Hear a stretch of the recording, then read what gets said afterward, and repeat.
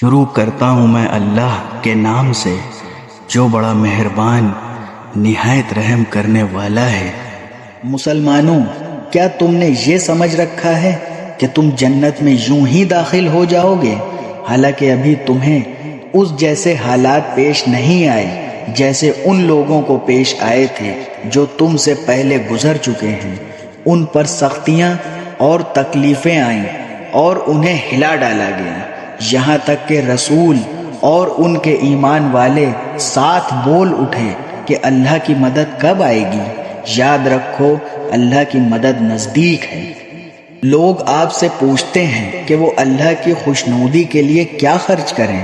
آپ کہہ دیجئے کہ جو مال بھی تم خرچ کرو وہ والدین، قریبی رشتہ داروں، یتیموں، مسکینوں اور مسافروں کے لیے ہو جانا چاہیے، اور تم بھلائی کا جو بھی کام کرو اللہ اس سے پوری طرح باخبر ہے۔ تم پر جہاد فرض کیا گیا، وہ تمہیں دشوار معلوم ہوتا ہے۔ ممکن ہے کہ تم کسی چیز کو بری جانو اور دراصل وہی تمہارے لیے بھلی ہو، اور یہ بھی ممکن ہے کہ تم کسی چیز کو اچھی سمجھو حالانکہ وہ تمہارے لیے بری ہو۔ حقیقی علم تو اللہ ہی کو ہے، تم محض بے خبر ہو۔ لوگ آپ سے حرمت والے مہینے کے بارے میں پوچھتے ہیں کہ اس میں جنگ کرنا کیسا ہے۔ آپ کہہ دیجئے کہ اس میں جنگ کرنا بڑا گناہ ہے، مگر لوگوں کو اللہ کے راستے سے روکنا، اس کے خلاف کفر کی روش اختیار کرنا، مسجد حرام پر بندش لگانا اور اس میں رہنے والوں کو وہاں سے نکال باہر کرنا اللہ کے نزدیک زیادہ بڑا گناہ ہے، اور فتنہ قتل سے بھی زیادہ سنگین چیز ہے۔ اور یہ کافر تم لوگوں سے برابر جنگ کرتے رہیں گے یہاں تک کہ اگر بس چلے تو یہ تم کو تمہارا دین چھوڑنے پر آمادہ کر دیں، اور اگر تم میں سے کوئی شخص اپنا دین چھوڑ دے اور کافر ہونے کی حالت ہی میں مرے تو ایسے لوگوں کے اعمال دنیا اور آخرت دونوں میں اکارت ہو جائیں گے۔ ایسے لوگ دوزخ والے ہیں، وہ ہمیشہ اسی میں رہیں گے۔ اس کے برخلاف جو لوگ ایمان لائے اور جنہوں نے ہجرت کی اور اللہ کے راستے میں جہاد کیا تو وہ بے شک اللہ کی رحمت کے امیدوار ہیں، اور اللہ بہت بخشنے والا بڑا مہربان ہے۔ لوگ آپ سے شراب اور جوئے کے بارے میں پوچھتے ہیں۔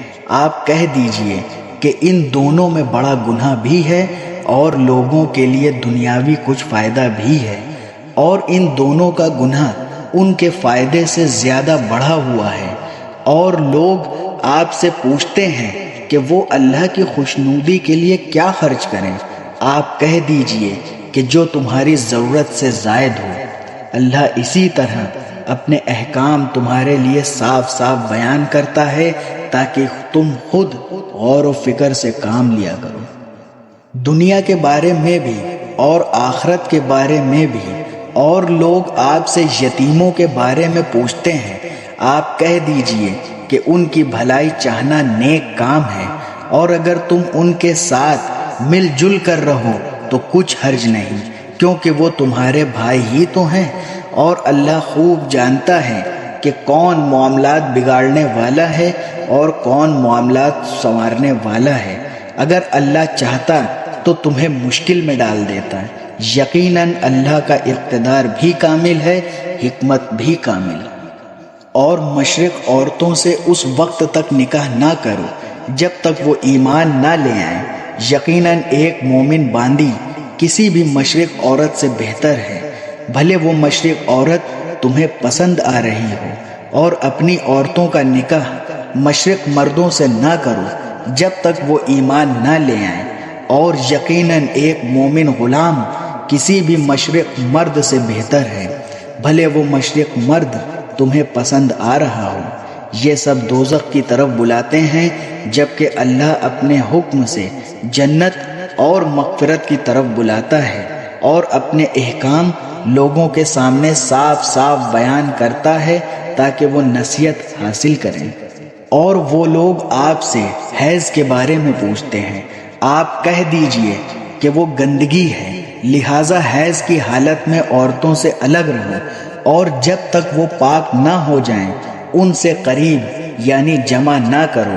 ہاں جب وہ پاک ہو جائیں تو ان کے پاس اسی طریقے سے جاؤ جس طرح اللہ نے تمہیں حکم دیا ہے۔